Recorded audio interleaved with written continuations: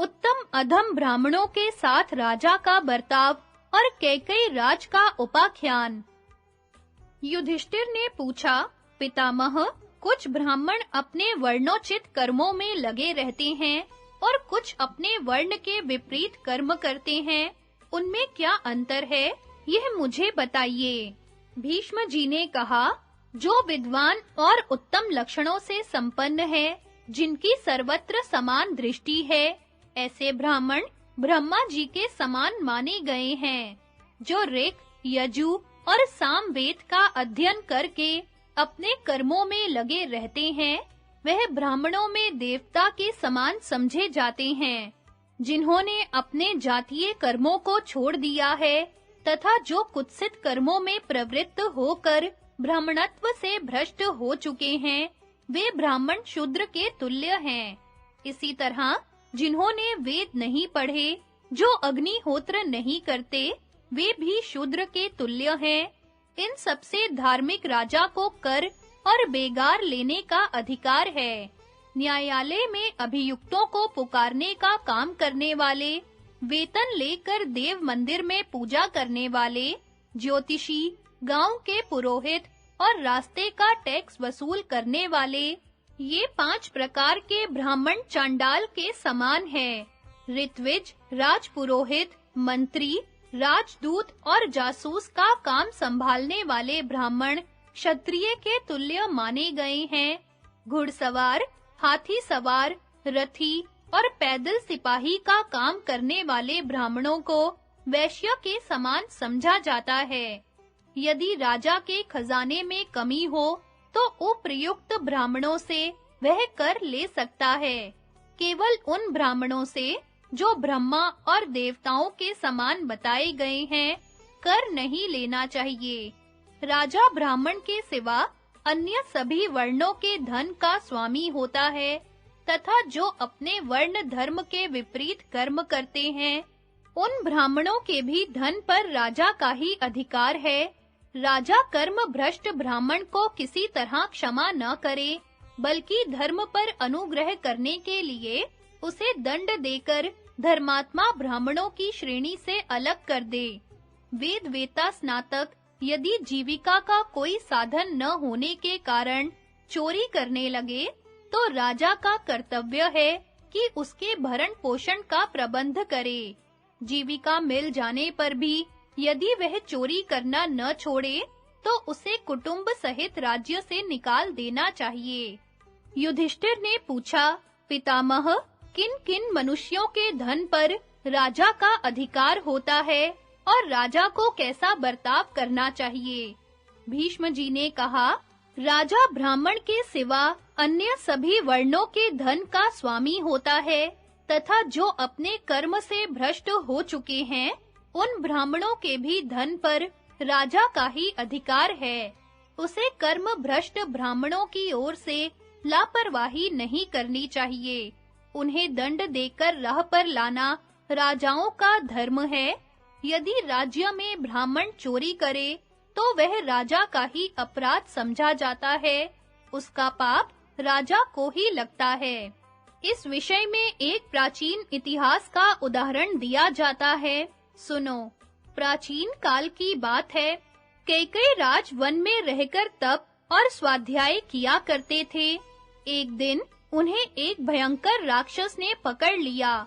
यह देख राजा ने उस राक्षस से कहा, मेरे राज्य में एक भी चोर, दुराचारी और मदिरा पीने वाला नहीं है। अग्निहोत्र और यज्ञ ना करने वाला भी कोई नहीं है। फिर मेरे शरीर के भीतर तुम्हारा प्रवेश कैसे हो गया? मेरे देश में एक भी ब्राह्मण ऐसा नहीं है जो विद्वान और तपस्वी ना हो। मेरे राज्य के लोग पर्याप्त दक्षिणा दिए बिना यज्ञ नहीं करते। व्रत धारण किए बिना कोई वेद नहीं पढ़ता। ब्राह्मण लोग अध्ययन, अध्यापन, यजन, याजन और दान तथा प्रतिग्रह, इन 6 कर्मों में लगे रहकर ही जीविका चलाते हैं। सभी ब्राह्मण मृदुल स्वभाव, सत्यवादी, अपने धर्म का पालन करने वाले तथा मेरे सम्मान पात्र हैं। सबको राज्य से वृत्ति मिलती है। मेरे राज्य के क्षत्रिय किसी से याचना नहीं करते, स्वयं दान देते हैं।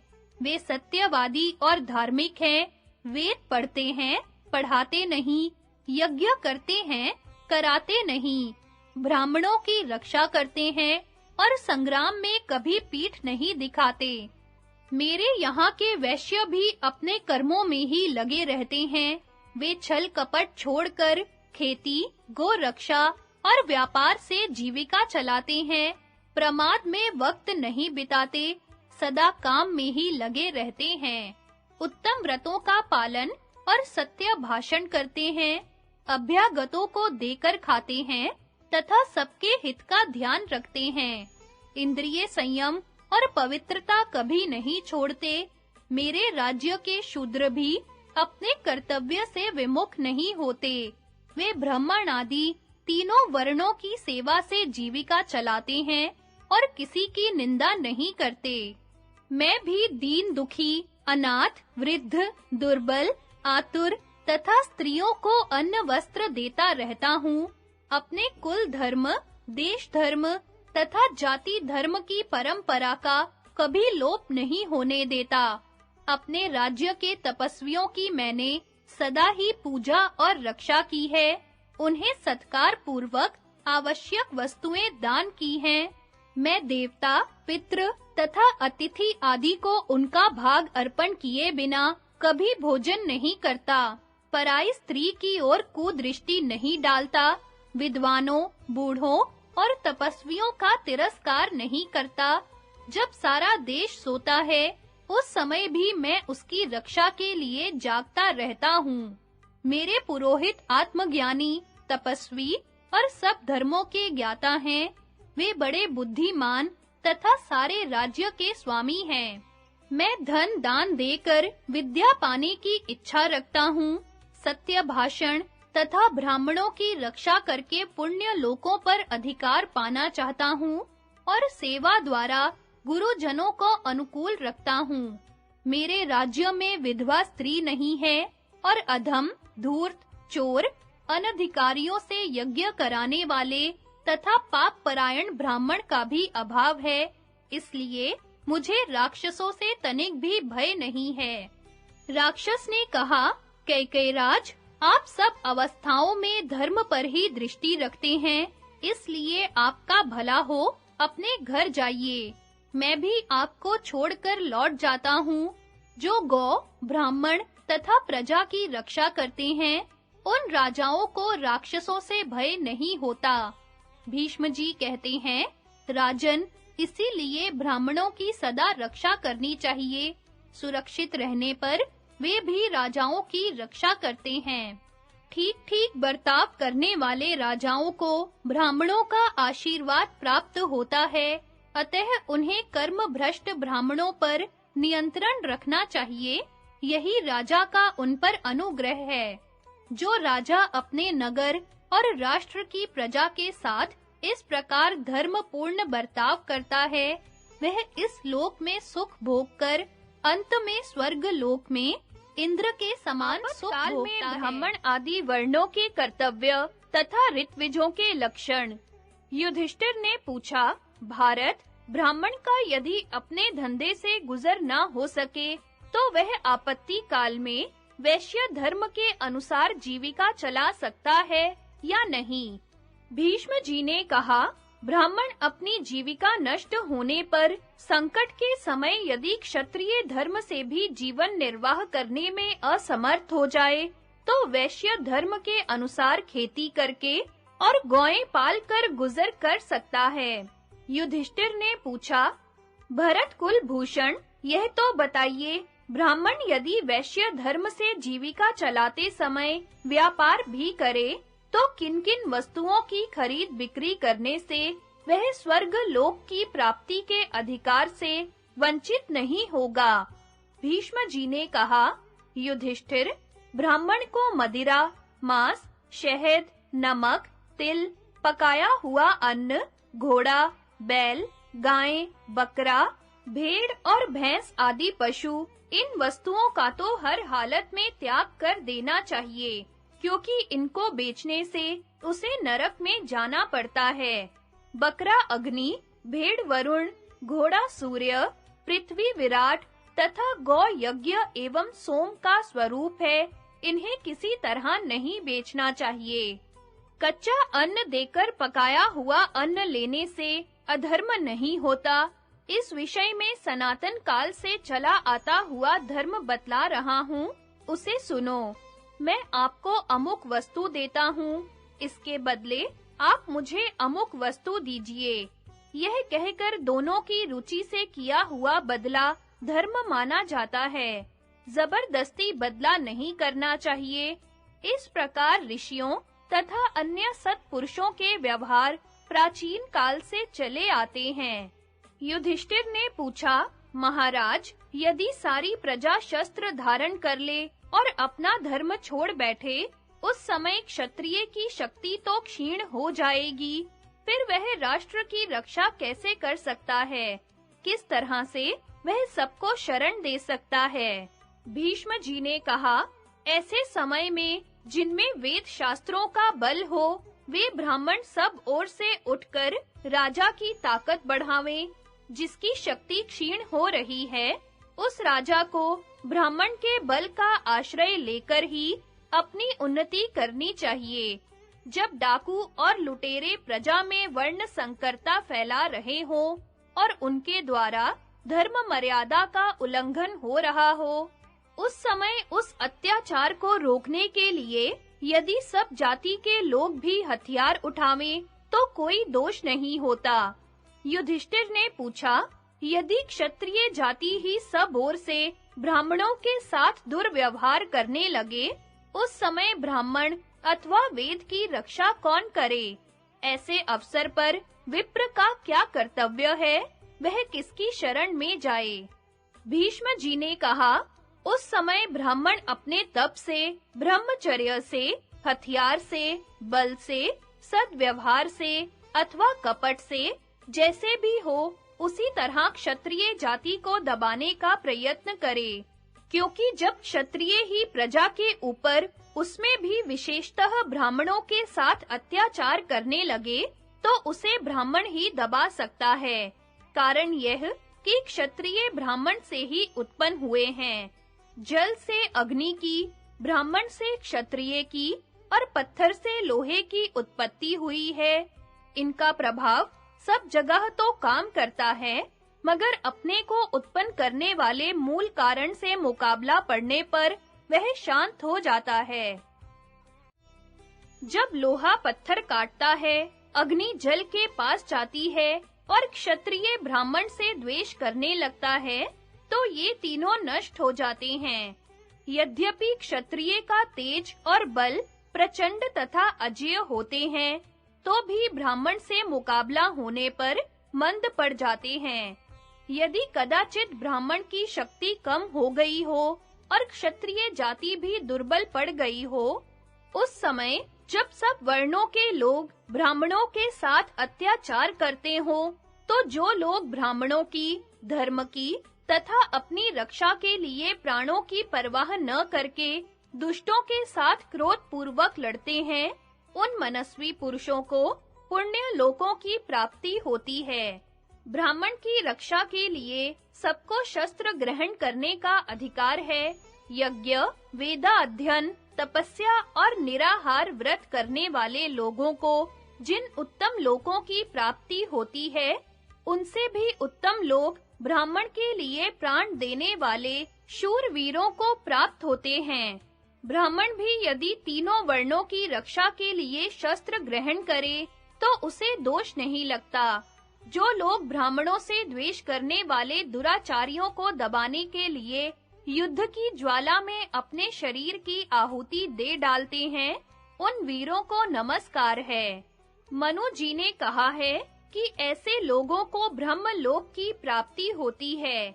जैसे अश्वमेध यज्ञ के अंत में अवभृत स्नान करने वाले मनुष्य पाप रहित होकर पवित्र हो जाते हैं, उसी प्रकार युद्ध में शस्त्रों द्वारा मारे गए वीर भी पवित्र हो जाते हैं।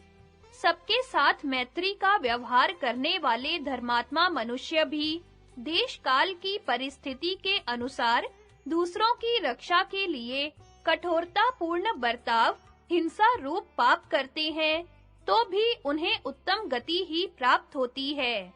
अपनी रक्षा के लिए अन्य वर्णों में यदि कोई बुराई आ रही हो तो उसे रोकने के लिए तथा दुष्टों को दंड देने के लिए इन 3 अवसरों पर ब्राह्मण भी शस्त्र ग्रहण करे तो उसे दोष नहीं लगता। युधिष्ठिर ने पूछा, पितामह, जब लुटेरे अपना सिर उठावें, क्षत्रिय निर्बल हों, सब वर्ण के लोग एक दूसरे की स्त्रियों के साथ बलात्कार करने लगें और प्रजा की रक्षा का कोई उपाय न सूझे, उस अवस्था में यदि कोई बलवान ब्राह्मण वैश्य अथवा शूद्र धर्म की रक्षा के लिए दंड धारण करके प्रजा को लुटेरों के हाथ से बचावे, तो वह राजा हो सकता है या नहीं, राजकार्य कर सकता है या नहीं। भीष्म जी ने कहा, बेटा, जो अपार संकट से पार लगा दे, बिना नाव के डूबते हुए को नाव बनकर सहारा दे, वह शूद्र हो या कोई और, सर्वथा सम्मान के ही योग्य है। डाकुओं के आक्रमण का शिकार होकर कष्ट पाती हुई अनाथ प्रजा को जिसकी शरण में जाने से सुख मिले, उसी को अपना बंधु समझकर प्रेम से सत्कार करना चाहिए। दूसरों का भय दूर करने वाला मनुष्य कोई भी क्यों ना हो, आदर का पात्र है। काठ का हाथी, चमड़े का हिरन, हिजड़ा मनुष्य, ऊसर खेत, नहीं बरसने वाला बादल, अपढ़ ब्राह्मण और रक्षा न करने वाला राजा, ये सब के सब निरर्थक हैं। जो सदा सत्पुरुषों की रक्षा करे और दुष्टों को दंड दे, वही राजा बनने योग्य है, वही समूचे राष्ट्र का भार संभाल सकता है। युधिष्ठिर ने पूछा, पितामह, यज्ञ के ऋत्विज कैसे होने चाहिए? भीष्म जी ने कहा, बेटा, जो ऋक्, साम और यजुर्वेद के ज्ञाता, मीमांसा के विद्वान और राजा के लिए शांति पुष्टि आदि कर्म करने वाले हों, वे ही ऋत्विज होने योग्य हैं। वे सब एक तरह के विचार वाले, एक दूसरे के हितैषी, सर्वत्र समान दृष्टि रखने वाले दयालु, सत्यवादी, ब्याज न लेने वाले तथा सरल स्वभाव के होने चाहिए। इसी तरह जो विद्वान द्रोह और अभिमान से रहित, लज्जा, क्षमा, शम, दम आदि गुणों से युक्त, बुद्धिमान, सत्यवादी, धीर, अहिंसक, राग द्वेष से शून्य, कुलीन, शास्त्रज्ञ, सदाचारी और ज्ञान से संतुष्ट हो, वही ब्रह्मा के आसन पर बैठने का अधिकारी है।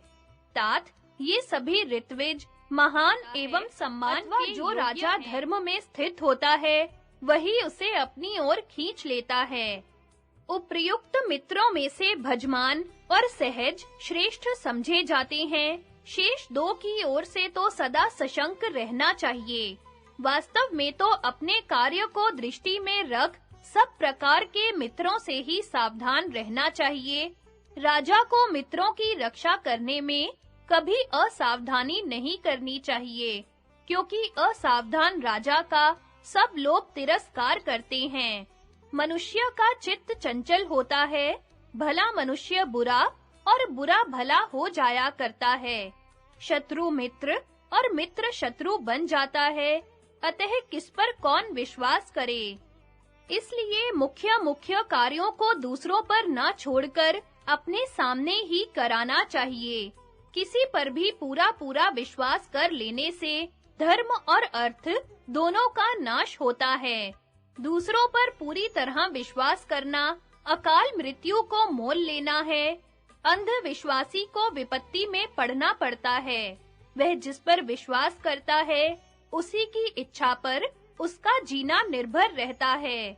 इसलिए राजा को कुछ लोगों पर विश्वास भी करना चाहिए और उनकी ओर से सतर्क भी रहना चाहिए। यही सनातन राजनीति है। अपने अभाव में जिस मनुष्य का राज्य पर कब्जा हो सकता हो, उससे सदा चौकन्ना रहना चाहिए, क्योंकि विज्ञ पुरुषों ने उसकी शत्रुओं में गणना की है। जो मनुष्य राजा का अभ्युदय देख उसकी और भी अधिक उन्नति चाहे और अवनति होने पर बहुत दुखी हो जाए, वही उत्तम मित्र है। अपने न रहने पर जिस व्यक्ति को विशेष हानि पहुंचने की संभावना हो, उस पर पिता के समान विश्वास करना चाहिए, और जब अपने धन की वृद्धि होती हो तो यथाशक्ति उसको भी समृद्धिशाली बनाना चाहिए। जो धर्म के कामों में भी राजा को नुकसान से बचाने का ध्यान रखता है, उसकी हानि देखकर जिसको भय होता है, उसे ही उत्तम मित्र समझो। नुकसान चाहने वाले तो शत्रु ही बताए गए हैं। जो मित्र की उन्नति देखकर जलता नहीं और विपत्ति देखकर घबरा उठता है, वह मित्र अपने आत्मा के समान है। जिसका रूप रंग सुंदर और स्वर मीठा हो, जो क्षमाशील, ईर्ष्या रहित, प्रतिष्ठित और कुलीन हो, उसकी श्रेणी पूर्वोक्त मित्र से भी बढ़कर है। जिसकी बुद्धि अच्छी और स्मरण शक्ति तीव्र हो, जो कार्य साधने में कुशल और स्वभावतः दयालु हो, कभी मान या अपमान हो जाने पर जिसके हृदय में दुर्भाव नहीं आता, ऐसा मनुष्य यदि ऋत्विज, आचार्य अथवा अत्यंत सम्मानित मित्र हो, उसे तुम अपने घर में मंत्री बनाकर रख सकते हो। वह तुम्हारे विशेष आदर का पात्र है। उसको राजकीय गुप्त विचारों तथा धर्म और अर्थ की प्रकृति से परिचित रखना। उसके ऊपर तुम्हारा पिता के समान विश्वास होना चाहिए। एक काम पर एक ही व्यक्ति को नियुक्त करना, 2 या 3 को नहीं, क्योंकि उनमें परस्पर अमर्ष हो जाने की संभावना रहती है। कारण कि एक कार्य पर नियुक्त हुए अनेक व्यक्तियों में प्राय मतभेद होता ही है। जो कीर्ति को प्रधानता देता और मर्यादा के भीतर कायम रहता है, शक्तिशाली पुरुषों से द्वेष और अनर्थ नहीं करता। कामना, भय, लोभ अथवा क्रोध से भी जो धर्म का त्याग नहीं करता, जिसमें कार्य कुशलता तथा आवश्यकता के अनुरूप बातचीत करने की पूरी योग्यता हो, उसे तुम अपना प्रधानमंत्री बनाना। जो कुलीन, शीलवान, सहनशील, डींग न मारने वाला, शूरवीर, आर्य, विद्वान तथा कर्तव्य अकर्तव्यों को समझने में कुशल हो, उन्हें अमात्य के पद पर बिठाना एवं सत्कार पूर्वक सुख और सुविधा देना। ये तुम्हारे अच्छे सहायक सिद्ध होंगे और सब तरह के कामों की देखभाल करेंगे। युधिष्ठिर, तुम अपने कुटुंबियों को मृत्यु के समान समझकर उनसे सदा डरते रहना। जैसे पड़ोसी राजा अपने पास के राजा की उन्नति नहीं सह सकता, उसी प्रकार एक कुटुंबी दूसरे कुटुंबी का अभ्युदय नहीं देख सकता। जिसके कुटुंबी या सगे संबंधी नहीं है, उसको भी सुख नहीं मिलता। इसलिए कुटुंबी जनों की अवहेलना नहीं करनी चाहिए। बंधु बांधव से हीन मनुष्य को दूसरे लोग दबाते रहते हैं। दूसरों के दबाने पर अपने भाई बंधु ही सहारा देते हैं। यदि गैर आदमी अपने जाति वाले का अपमान कर रहा हो, तो सजातीय बंधु उसे कभी बर्दाश्त नहीं कर सकता। अपने जाति वाले के अपमान को वह अपना ही अपमान समझेगा। इस प्रकार कुटुंबी जनों के रहने में गुण भी है और अवगुण भी। कुटुंब का व्यक्ति ना अनुग्रह मानता है, ना नमस्कार करता है। उनमें भलाई बुराई दोनों देखने में आती है। राजा का कर्तव्य है कि वह अपने जातीय बंधुओं का वाणी और क्रिया से सत्कार करे, सदा ही उनकी भलाई करता रहे, कभी कोई बुराई ना होने दे। उन पर विश्वास तो न करे, किंतु विश्वास करने वाले की भांति ही उनके साथ बर्ताव करे। उनमें दोष है या गुण, इसकी चर्चा ना करे। जो पुरुष सदा सावधान रहकर ऐसा बर्ताव करता है, उसके शत्रु भी प्रसन्न होकर उसके साथ मित्रता का बर्ताव करने लगते हैं। जो कुटुंबी, सगे संबंधी, मित्र, शत्रु तथा उदासीन व्यक्तियों के साथ इस नीति के अनुसार व्यवहार करता है, उसका सुयश चिरकाल तक बना रहता है। और अमित्रों की पहचान। युधिष्ठिर ने पूछा, पितामह, छोटे से छोटा काम भी अकेले किसी की सहायता के बिना करना कठिन हो जाता है, फिर राजा का कार्य तो दूसरे की सहायता लिए बिना हो ही कैसे सकता है। इसलिए मंत्री का होना आवश्यक है। अब आप बताइए, राजा का मंत्री कैसा होना चाहिए? उसका स्वभाव और आचरण किस तरह का हो? कैसे व्यक्ति पर विश्वास किया जाए और कैसे पर नहीं? भीष्म जी ने कहा, राजा के 4 प्रकार के मित्र होते हैं, सहार्थ, भजमान, सहज और कृत्रिम। 5वां मित्र धर्मात्मा होता है। वह किसी एक का पक्षपाती नहीं होता और ना दोनों पक्षों से वेतन लेकर कपट पूर्वक दोनों का ही मित्र बना रहता है। जिधर धर्म का पल्ला मजबूत रहता है, उसी पक्ष का वह आश्रय ग्रहण कर। मंत्री की जांच, कालक वृक्षीय मुनि का उपाख्यान। भीष्म जी कहते हैं, ऊपर जो बताई गई है वह राजनीति की पहली वृत्ति है। अब दूसरी सुनो। जो भी मनुष्य राजा की आर्थिक उन्नति करे, उसकी राजा को सदा रक्षा करनी चाहिए। यदि मंत्री खजाने से धन की चोरी करता हो और कोई सेवक या तटस्थ मनुष्य इस बात की सूचना देने आवे, तो उसकी बात एकांत में सुननी चाहिए और मंत्री से उसकी रक्षा करनी चाहिए, क्योंकि धन हड़पने वाले मंत्री अक्सर ऐसे लोगों को मार डालते हैं। खजाना लूटने वाले लोग एक मत होकर उसके रक्षक को कष्ट देते हैं। यदि राजा की ओर से उसकी रक्षा का प्रबंध नहीं हुआ, तो वह बेचारा बेमौत मारा जाता है। इस विषय में कालक वृक्षीय मुनि और कौशल्य राज के संवाद रूप प्राचीन इतिहास का लोग उदाहरण दिया करते हैं। सुना है कि एक बार कौशल देश के राजा क्षेमदर्शी के यहाँ एक कालक वृक्षीय नाम के मुनि पधारे। वे बंद पिंजड़े में एक कौवा लिए राज्य का समाचार जानने के लिए उस राजा के राज्य में कई बार चक्कर लगा चुके थे। घूमते समय वे लोगों से कहते थे, सज्जनों, तुम लोग भी कौवे की एक विद्या सीखो। मैंने सीखी है, इसलिए कौवे मुझे भूत और भविष्य की बातें बता दिया करते हैं। इस प्रकार घोषणा करते हुए वे बहुत लोगों के साथ राज्य में घूमते फिरे।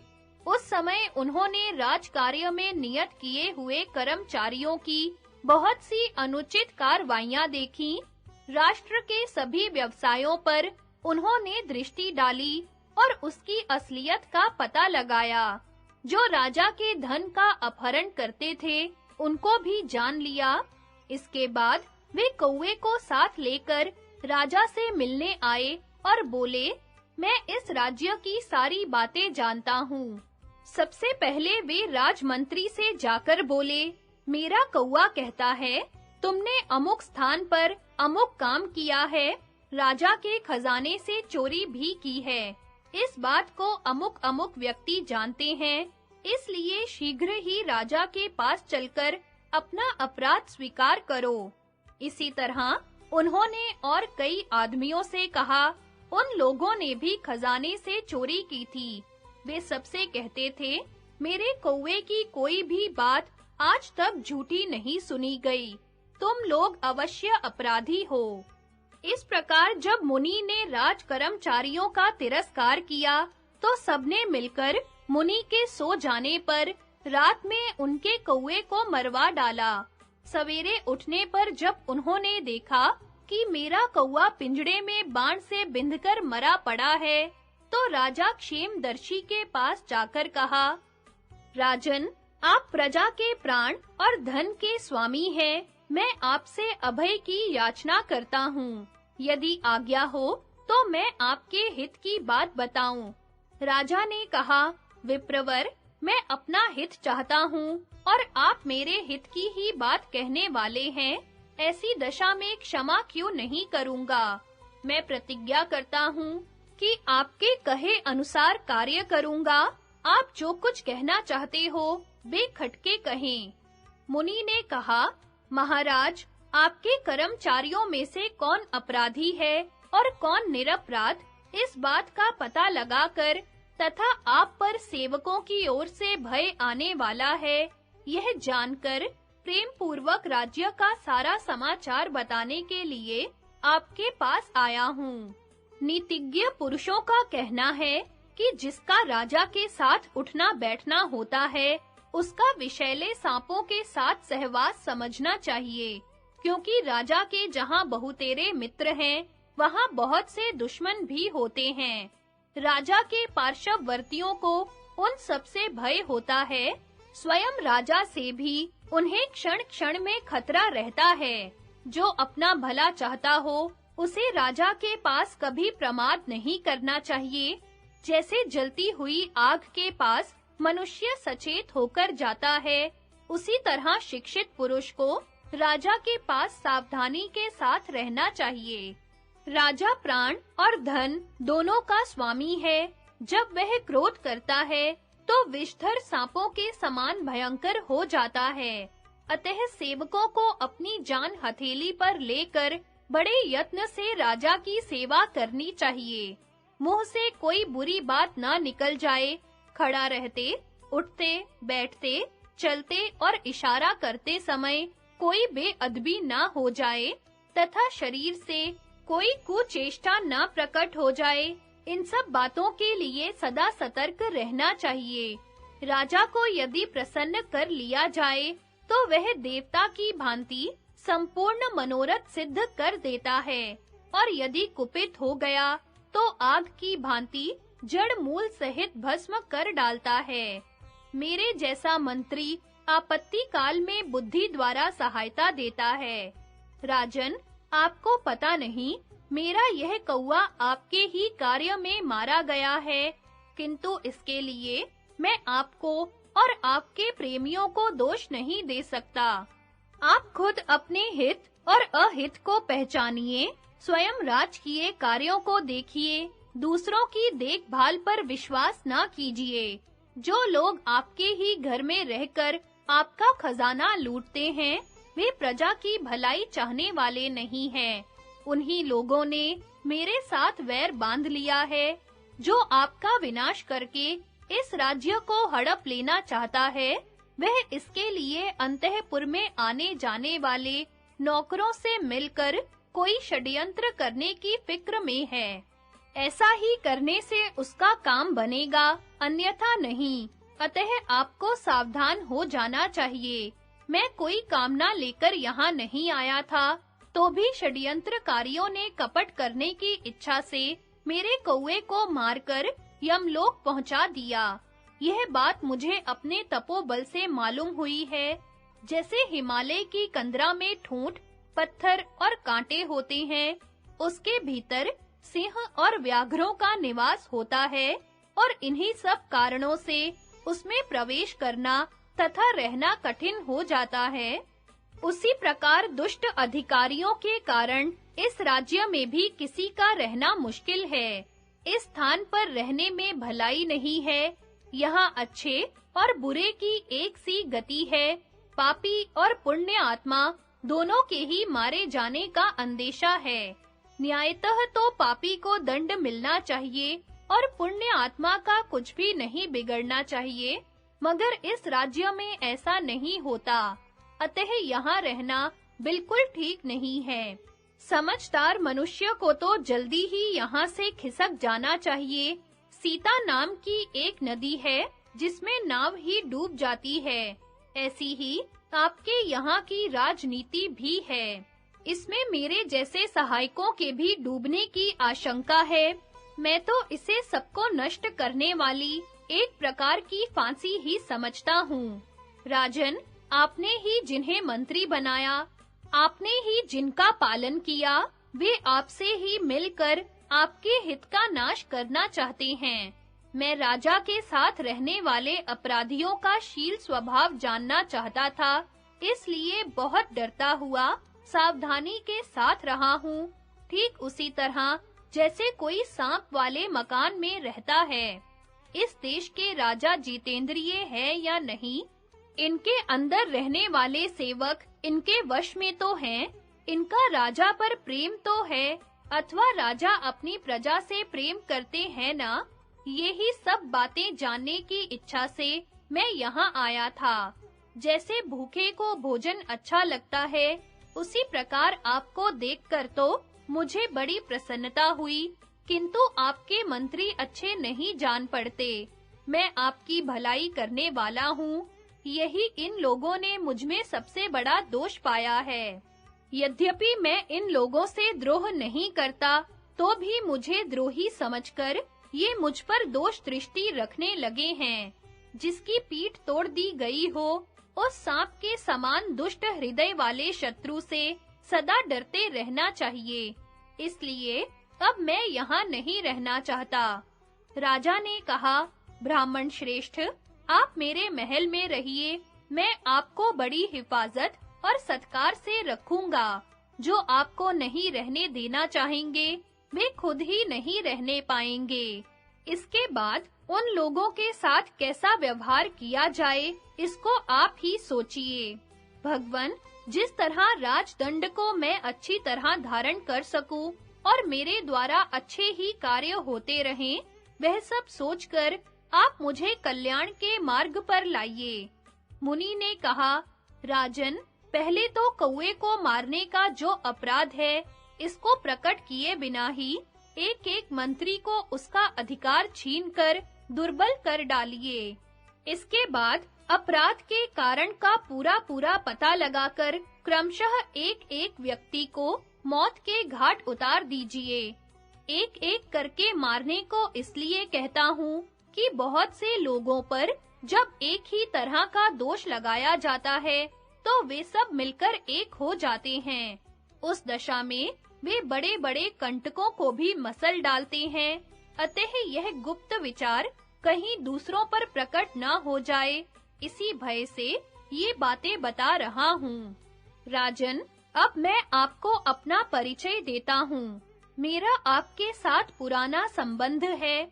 मैं आपके पिता का आदरणीय मित्र हूँ। मेरा नाम है कालक वृक्षीय मुनि। जब आपके राज्य पर संकट आया और आपके पिता का स्वर्गवास हो गया, उस समय सब कामनाओं का त्याग करके मैं तपस्या करने चला गया। आपके ऊपर विशेष स्नेह होने के कारण ही मैं पुनः यहाँ आया हूँ और आपको ये बातें बता रहा हूँ। इसका उद्देश्य यही है कि आप फिर किसी चक्कर में ना पड़ें। आपने सुख और दुख दोनों ही देखे हैं।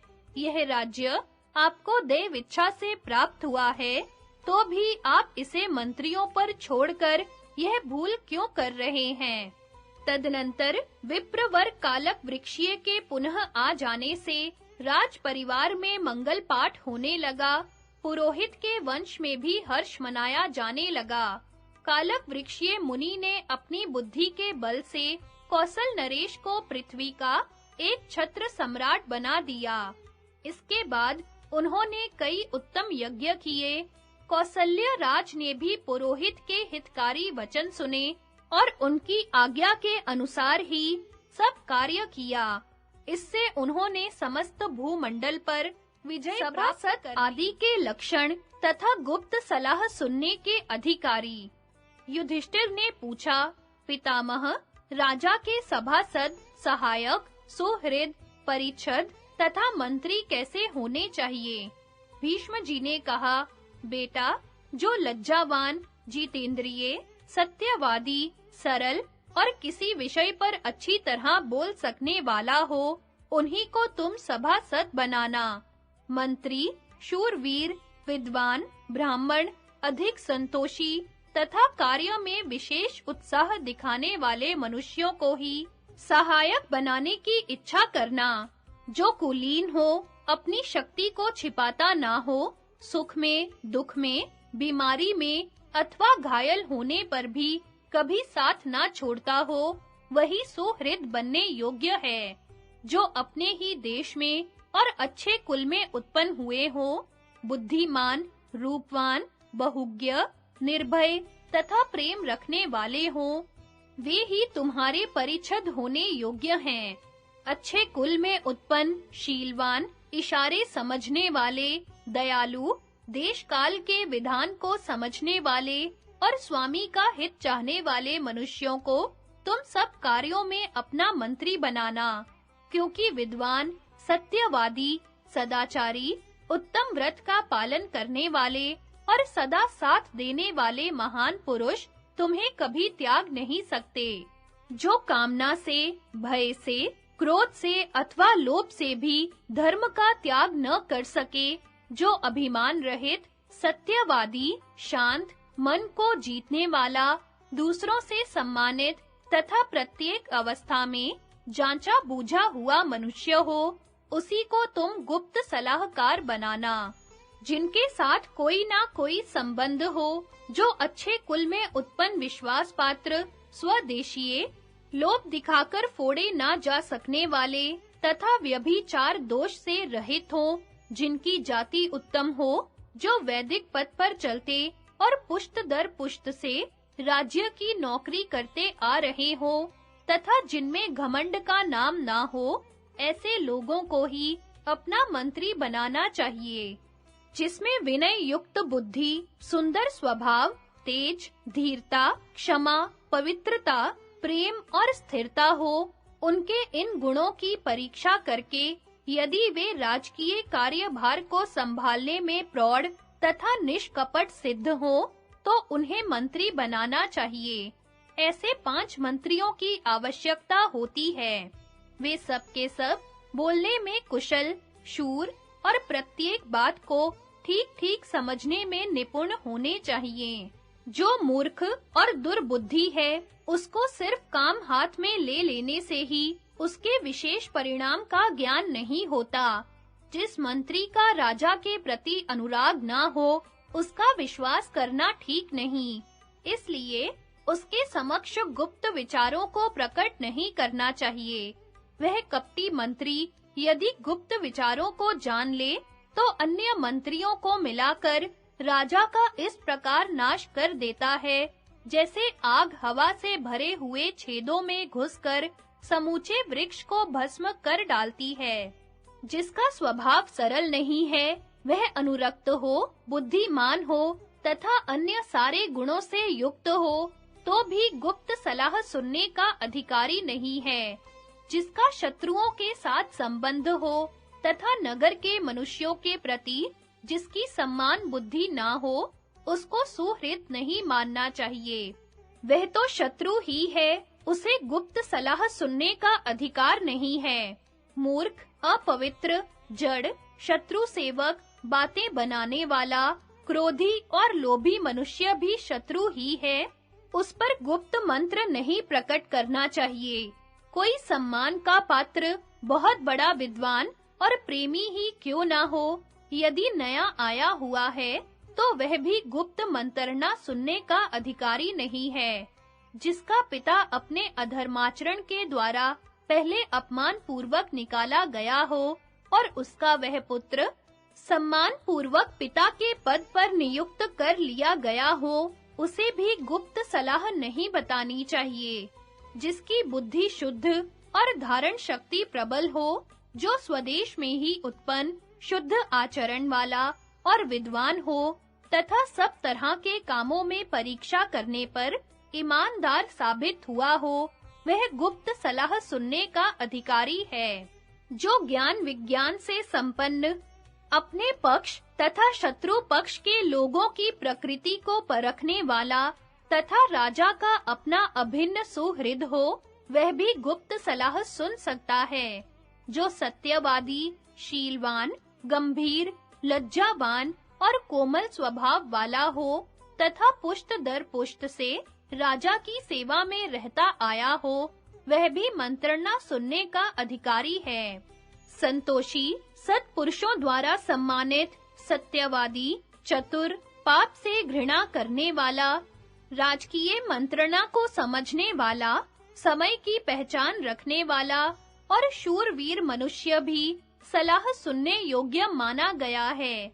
जो राजा चिरकाल तक दंड धारण किए रहने की इच्छा रखता हो, उसे अपनी गुप्त सलाह उस आदमी को बतानी चाहिए जो सारे जगत को समझा बुझाकर अपने वश में कर लेने की शक्ति रखता हो। नगर और देश के लोग जिस पर धर्मतः विश्वास करते हों, जो नीति का विद्वान हो वह गुप्त मंत्रणा सुनने का अधिकारी है। इसलिए जो उपर्युक्त सभी गुणों से संपन्न और लोगों की प्रकृति को परखने वाला हो, ऐसे पुरुषों को ही सम्मान पूर्वक मंत्री के पद पर नियुक्त करना चाहिए। मंत्री कम से कम 3 होने चाहिए। मंत्रियों को चाहिए कि राजा, अमात्य, सेना अध्यक्ष आदि प्रकृतियों के तथा शत्रुओं के भी छिद्रों पर निगाह रखें, क्योंकि राजा के राज्य की जड़ है मंत्रियों की नेक सलाह। उसी के आधार पर राज्य का अभ्युदय होता है। जैसे कछुआ अपने सब अंगों को समेटे रहता है, उसी तरह राजा को भी अपने गुप्त विचारों को छिपाए रखना चाहिए। जो मंत्री राज्य के गुप्त मंत्र को छिपाए रखते हैं, वे बुद्धिमान हैं। मंत्री ही राजा का कवच है, सेना आदि तो शरीर मात्र हैं। राजदूत राज्य की जड़ है और गुप्त मंत्रणा उसका बल है। यदि मंत्री मद, क्रोध, मान और ईर्ष्या त्याग कर राजा का अनुसरण करते हैं, तो वे सुखी होते हैं। जो 5 प्रकार के छल से रहित हों, ऐसे मंत्रियों के साथ गुप्त परामर्श करना चाहिए। राजा पहले तीनों मंत्रियों की पृथक-पृथक सलाह जानकर उस पर विचार करे, फिर अपना जो निश्चय हो उसको और दूसरों के निश्चय को धर्म, अर्थ तथा काम के तत्व को समझने वाले पुरोहित ब्राह्मण से निवेदन करके उसकी राय पूछे। उस समय वह जो कुछ निर्णय दे, उस पर यदि सब लोग एक मत हो जाएं, तो उस विचार को कार्य रूप में परिणत करें।